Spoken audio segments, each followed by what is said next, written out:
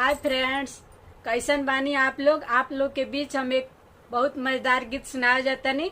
अगर हमारा चैनल पे नया बनी तो चैनल के सब्सक्राइब जरूर करो। न कर कटहर के काटी के बाना दी तरकारी रजऊ, मन कर कटहर के काटी के बाना दी तरकारी रजऊ, जाना सवत संग काट तर जानी ओके हम जानतानी रजऊ, जाना सवत संग काट तर जानी ओके हम जानतानी रजऊ।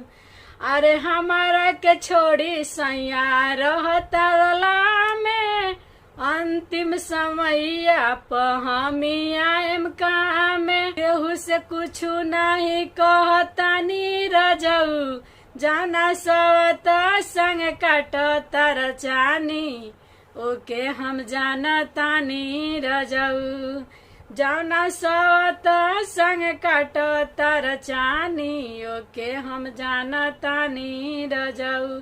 जवन सवतिया के याद सतावेला, जब जब करी फोन बीजी बतावेला, आपन समान जब बहकी त कैसे होई सबर रजऊ, आपन समान जब बहकी त कैसे होई सबर रजऊ, जाना सवत संग काट तर जानी ओके हम जानतानी रजऊ, मन कर कटहर के काट के बाना दी तरकारी रजऊ, जाना सवत संग काट तर जानी ओके हम जानतानी रजऊ।